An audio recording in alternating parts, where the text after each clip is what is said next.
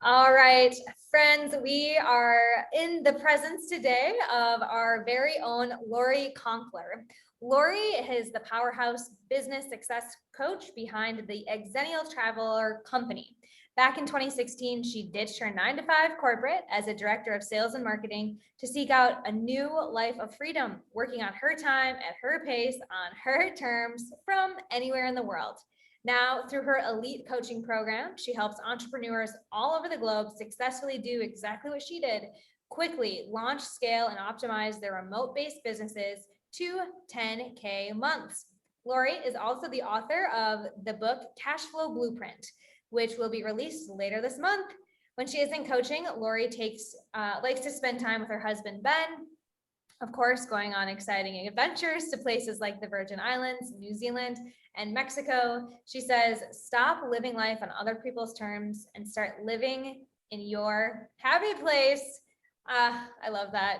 So good to have you here, and kind of, dive into this story, because what we didn't mention in that short bio is that you are from my neck of the woods, and we have a serendipitous meeting. We can tell that story sometime. But from Wisconsin to where you are now, I always love hearing, your stories like this.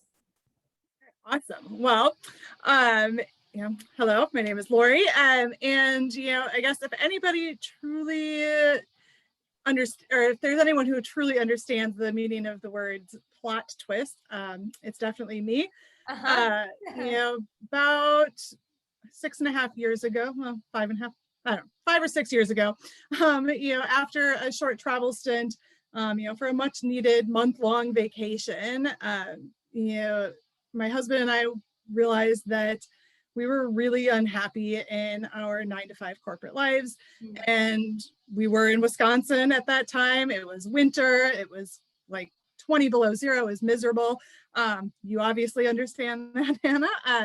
Yep. So, we made the choice when we got back from that trip to just ultimately divorce that 9-to-5 life. And, it wasn't all sunshine and rainbows. It was a long grind trying to make that, dream a reality. But ultimately, we didn't go about it the right way at first. I'll say that. 3 months after making that decision, we were in the Caribbean, and we had started our, first couple of remote-based businesses, and we thought that we had a good plan, but we didn't. And we had felt stuck in that corporate life cycle. So we just wanted to really push forward with it. But, we found that once we started those businesses, we were a bit overwhelmed, a bit unsure of how to move forward and to really succeed. So, unsuccessfully at first, we, launched those businesses, and we went up and down.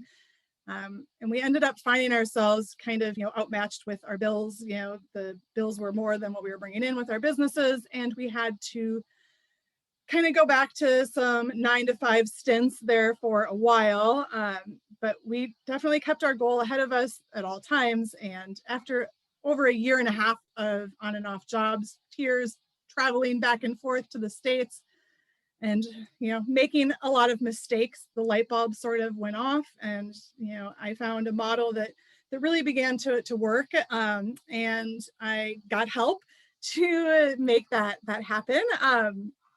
And we got to a point where those bills no longer overshadowed our earnings, and we began to actually gain the freedom that we had been seeking. And it took a few years, but here we are now to today, 4 successful businesses later, a couple of coaches, and one very, very good coach who really helped me to get to where I am. Oh my gosh, who? Oh my gosh, who? Well, that would be Hanna Hermanson. Yes, I enter the plot twist here. Yeah.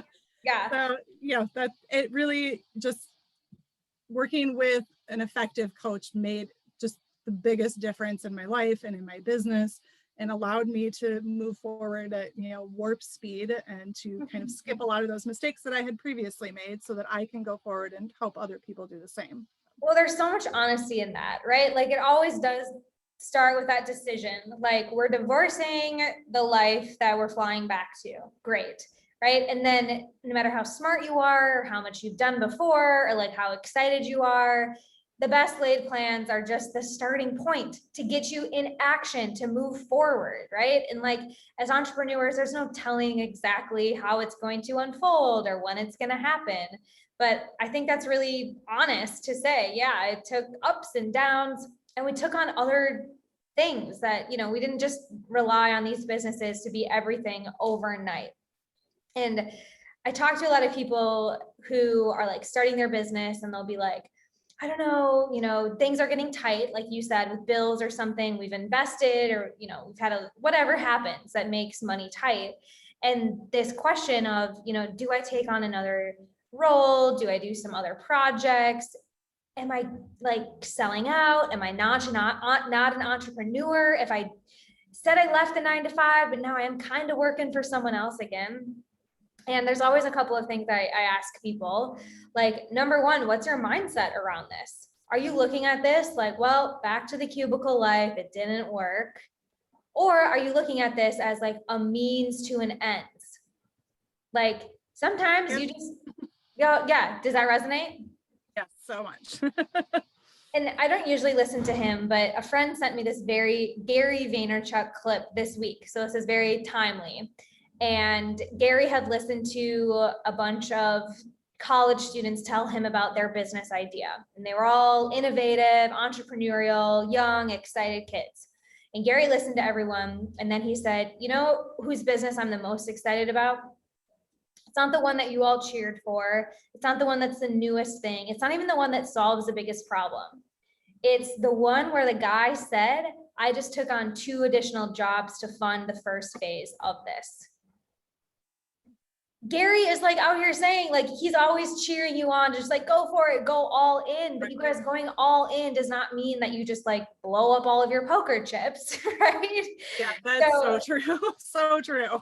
Yeah. So I just had to kind of like underscore that a little bit, because I know it's one of those things where you say, I quit 9 to 5, I'm never going back, I'm never working for someone else. When in reality, there might be opportunities on your path to, keep you afloat, keep you paying bills, keep you feeling stable and secure, as a means to an end, but not as a forever thing. Right, exactly. It's like you said, it's about the mindset that goes into that, and how you choose to look at it, because ultimately we all choose our future, whether we consciously realize that or not. And if we choose to look at it as that stepping stone and as an opportunity to help us reach that end goal, then we're going to still be able to reach that end goal. But if we're just like, oh, I have to go back to 9 to 5, I guess, this is over, whatever, it was a nice while it lasted, Yeah. but it's not going to happen. Yeah. And there's a lot you can learn, right? Like, I totally made the same mistakes as like, okay, I'm all in, I'm only doing this for a little while. And then you realize, oh, I'm going to need some support. I'm going to need a mentor. I'm going to need some more cash flow. I'm going to need to diversify income a little bit.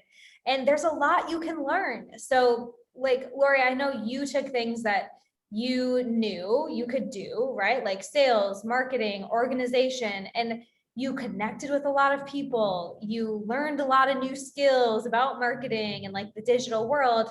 Then you get to then directly apply to what you want to make, right? Right, exactly. So lots of good ways to look at that plot twist of going back to work with someone else.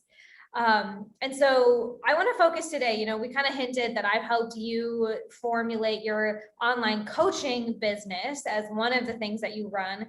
And I'd really love to focus on that today, in the work that you're doing in your coaching business. So tell us a little bit about how all the random pieces and ideas and bits of Lori like brought you to the coaching space. Well, it was kind of a long road, and I kind of just stumbled upon coaching. I had heard of coaches in the past, and just kind of skeptical, I'll admit. Before I was a coach, I was skeptical of coaches, like, really, like, you really need somebody to help you do that. But after a layoff, I was actually, happened in one of my back and forths, in the 9 to 5 world, I ended up being laid off, and I sought out the help of a career coach kind of by accident. I saw an opportunity and there was actually some free sessions, and I took her up on that. And that was my first experience working with a coach. And at the time I thought I was getting into that, to help me figure out my career. Because at that point I'll be honest, at that point of thinking, maybe this just isn't it. Like, maybe I just can't succeed as an entrepreneur. I need to figure out my life, job wise. But that ended up leading me to realize like the power of coaching and having that help. And she did help me to actually realize that, hey, I not only do I want to continue being an entrepreneur, but like the power behind having that mentorship really changed my perspective on how I could accomplish things. And it really set me off on the right path. And I had been working on my travel blog actually for a while, and had been thinking that might have been the means to my end, for being able to live a remote-based lifestyle. But I actually realized through that instead I wanted that lifestyle, but what I really wanted more than anything was to be able to help other people achieve it, because I had come to a point where I had achieved it. After I got out of that coaching relationship, I actually found myself flourishing in my other businesses, and I wanted to help other people to be able to do the same. Yeah. Oh, absolutely. I totally relate. I remember when I was in a yoga class and I was like, a life coach, like that's an option. As an academic advisor at the time, I was like, that is not on the list of 50 majors. Like, how can you be at yoga at 10 a.m. on a Wednesday? Tell me more. And then, that kind of opening up this whole world of like entrepreneurship and coaching, and is all about, helping people, and whatever you've learned in your life, being able to look back and say, hey, here are the tried and true tricks that might be able to save you a couple of years of figuring it out on your own. So I'd love to dive into some of those steps and what it is you were able to look back on and now teach other people. Like, how did you flourish? How did you make that digital nomad life happen? And what are some of the steps that we can take, listeners might be able to get started with?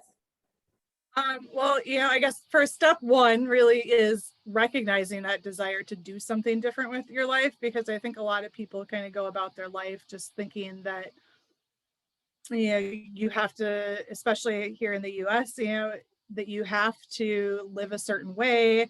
You have to have your 2.5 kids, your 2 cars, your picket fence and everything, and you work until you're 65, and that's just it. So step one is recognizing that you don't have to live the life that people are telling you to live, that you can actually go out and do something different and do what you want to do with your life, and that you are capable.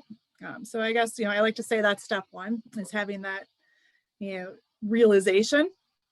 But then, really next step is to. I want to say, I think everyone listening to this podcast has done step one. Right? Like, you don't need to question if your dream is big enough, or if you've thought about it long enough, or it's real enough for you. Like, if you have found yourself to this conversation and you're 10, 15 minutes in, step one, check. All right, let's keep going now. So you're on your way. That's great. Yes. So, step two really is becoming really clear with yourself and understanding your blockers and the things that may actually hold you back from achieving that goal. And that tends to be a lot of times mindset blockers, so whether it's about, mindset blockers around your skills or your abilities, it doesn't matter, because, a lot of people don't realize that they themselves are what is standing in the way of that dream life. And we are so often our worst enemies, and whether it's confidence or fear of not being good enough, or fear of failure, or even failure or fear of success. Those are kind of the most common things that I've seen, since starting coaching. Yes, and it's so human. It's so human. Like, you've done multiple businesses, and now we are looking to add like new offers and make changes and like take things in a new direction. And it was amazing to watch myself do all of the stuff I tell everyone else not to, right? It was like, okay, I launched this idea, like we're gonna do it. Here are the action steps. And then my brain was like, well, it's gonna get too big. You're not gonna be able to do this. This won't work. What about that? No, you should do it. And it was like, wow, like anytime you do something new, those dudes living in your brain want to keep you safe and just stay right where you are. So whether it's your first business or your fifth business, like just know that's part of the process. You're going to run up. Exactly. I shouldn't, not now, why me? All that. Great. Like you said, Lori, like, cool, that means you started. Awesome. I'm happy for you. Yeah, that's exactly, and it happens to everybody. And, like you just said, it doesn't matter if it's your first business or your fifth business, but learning how to recognize that and manage it right from the beginning, that is like such a key part of success as an entrepreneur. And what I teach to people, because if you can't figure out the mindset piece, it doesn't matter how good you are at everything else, it will ultimately cause you to fail at some point. Yes. Highlight that in the show notes. Yes. The next thing, is really understanding the concept of an MVP, and not, most valuable player, but the minimum viable product, because done does not always mean perfect.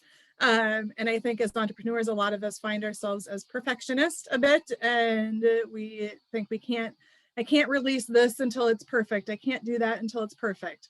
But sometimes just taking the action is really all we need in order to keep moving and keep going. And waiting until everything is perfect doesn't do yourself or your clients any justice. It really doesn't, because what you might end up putting out as perfect may not be what your clients wanted in the first place.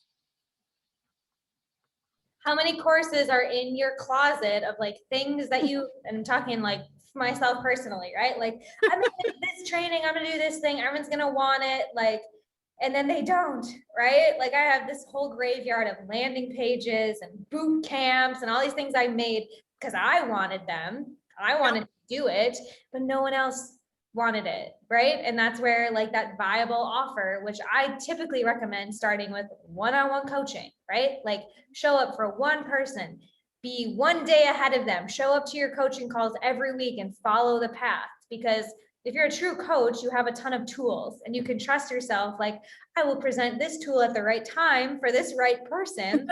Right. You do this with 10 people and you start repeating yourself. And it's like, okay, great. I'm starting to see what this course is or what this path is. But I can't just sit in my own head or at the pool or with my laptop and just know those things most of the time. You got to hit the sidewalk, get some real experience. So first viable offer, I recommend one-on-one coaching for this audience. Yeah. Right. Exactly. It's just put yourself out there. You can tweak as you go, and you're going to make mistakes, but ultimately your failures are what are going to teach you the path. There's a book, that's one of my favorites. It's The Obstacle is the Way by Ryan Holiday. And just the title itself says it, like the obstacles that we faced are often the way to finding our success. So MVPs.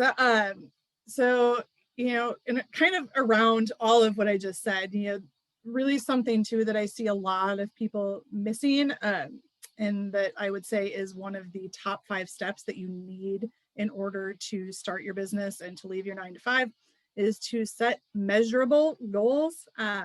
Many of you hopefully have heard of SMART goals, which are, specific, measurable, attainable, or achievable, depending on the person. I've seen both, relevant and timely.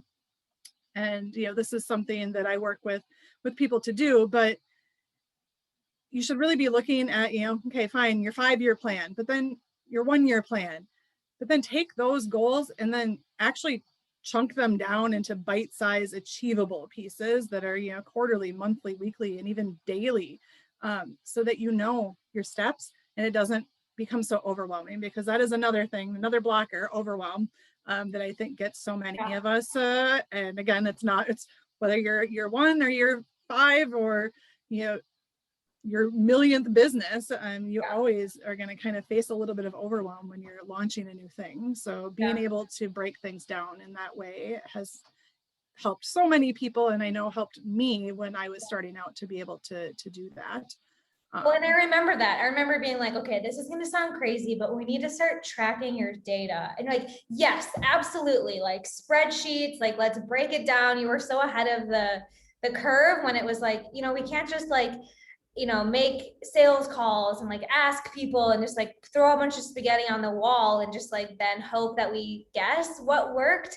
And I think that is something that really puts you ahead, is that you have that like project management mindset, and you know that things aren't just like, you can't scale or repeat results that are random, right? And so, you know, I love that we're bringing this up, because again, whether you're just starting or you're in the middle of launching something, like find some numbers and data that you can learn from, and not just like hope. Hope is not what you want to be tracking.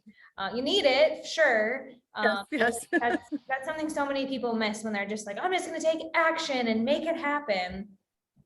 Get some numbers under, you know, the data behind it. So for folks who are doing the digital nomad life, what are some of the numbers or things that you help, like you recommend people take a look at? You know, in terms of achieving the nomad lifestyle, or? Yeah, I mean, 5-year goals, like, you know, can you give us an example or just help us think about how we might break that down for our specific businesses?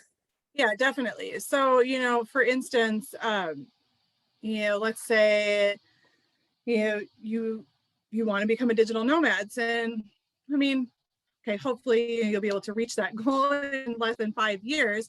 So maybe you set a 1-year goal that, you know, 1 year from now, I want to be leaving my 9 to 5 and I want to be in Portugal. Okay.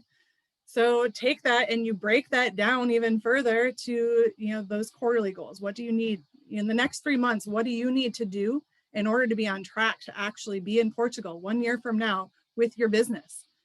Realistically, like, what do you need to do? And then you take that and you brain dump literally everything that you can think of that goes into that. And then you can take it and break that down by the month.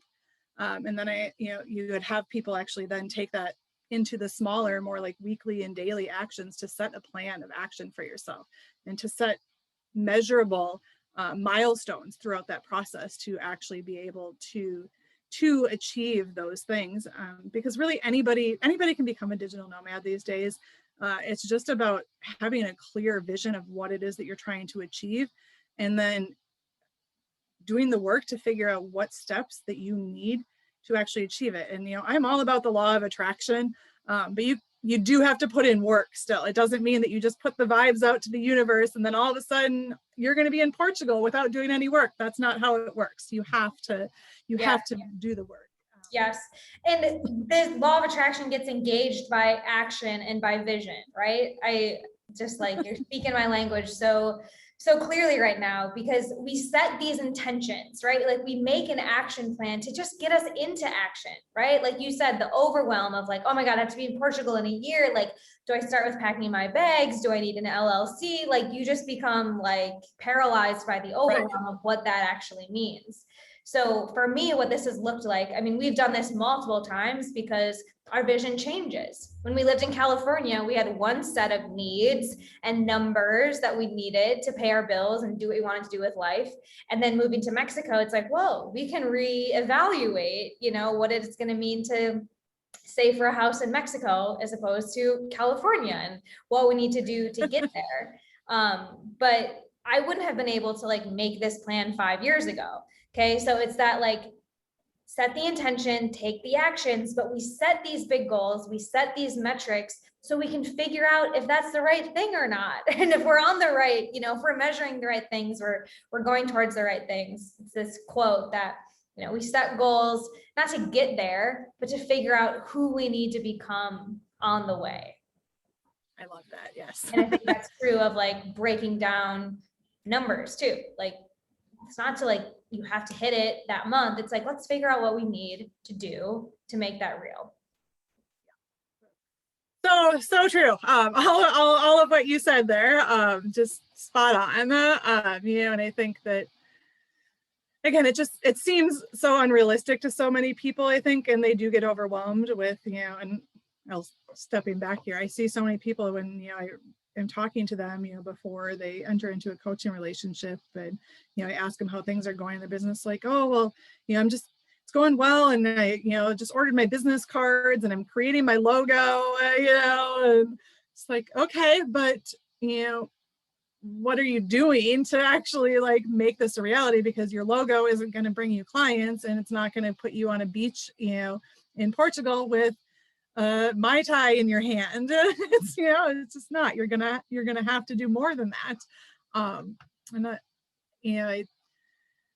again, it's why I got into this in the first place, is because I want to help people stop making those mistakes, and I'm sure that's why you got into coaching in the first place too, is because you wanted to help people stop making those mistakes that you see them making. It's just like, you're not going to get there. You're not going to get there like that. Yeah.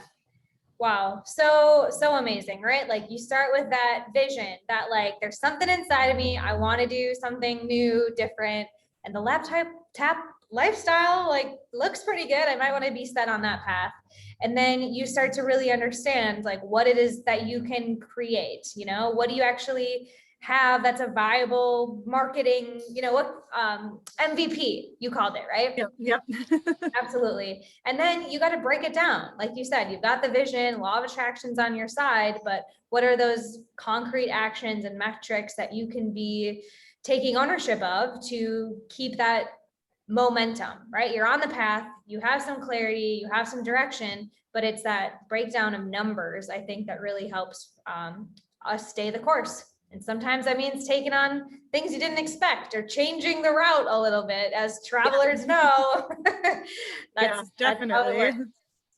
And that's how I ended up in Arizona. I mean, that in a worldwide pandemic for like a year, when, like sometimes you just have to take a step back and you figure things out and what actually makes the most sense. And then you have those metrics that that you need to hit in order to be where it is that you truly want to be.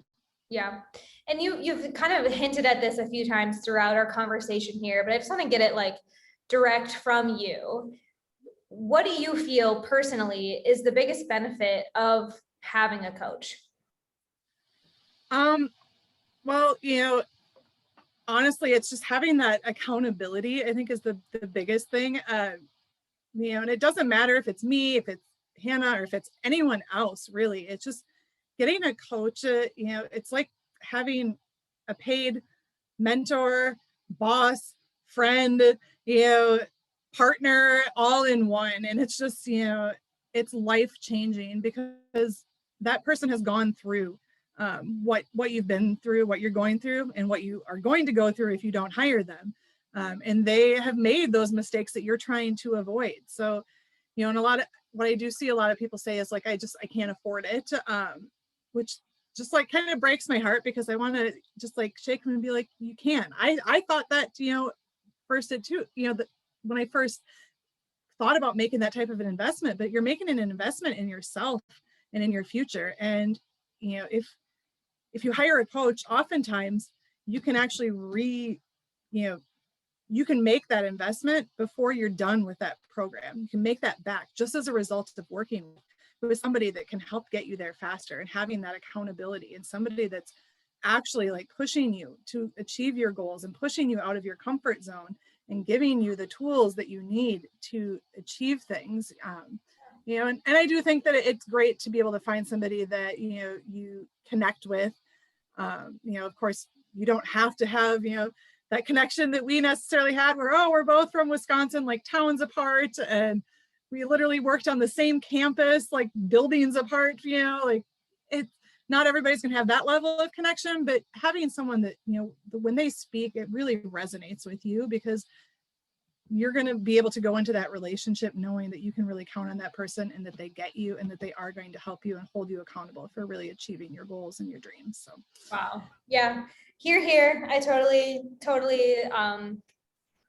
just echo everything you're saying. We're not doing as much of the coaching here in our business anymore, but I'll always have coaches or multiple coaches myself, because this isn't the classic traveler mindset, but I will take the shortcut anytime I can. Yeah, I enjoy the journey, but when the journey is like, messy and hard and lonely, then that's not what we signed up for. So incredible.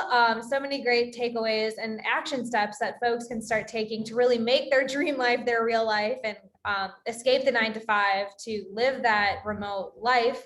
So for folks who are with us, they're ready to find their MVP, or they're ready to start tracking and taking, tangible actions forward. How can they continue the conversation with you? Well, they can follow me on Instagram. My tag is Xennial Traveler. That is Xennial Traveler, US spelling. And I have to clarify that when you have a global audience, which is TRAVELER. Wow. Spelling without looking at it. You are good to go on to the next round. Very good. Yeah. The spelling Go bee. ahead and find me there. Shoot me a DM, introduce yourself, and we can really talk about how to help you take those next steps. Yeah, and always of service, Lori here. So definitely we'll make sure we have links to Xennial Traveler on Instagram so you can, continue the conversation. Thank you so much. I'm so excited for you. Come on down whenever you're ready, okay? All right, friends, I'll be back next week with more inspiration to help you make your dream life your real life.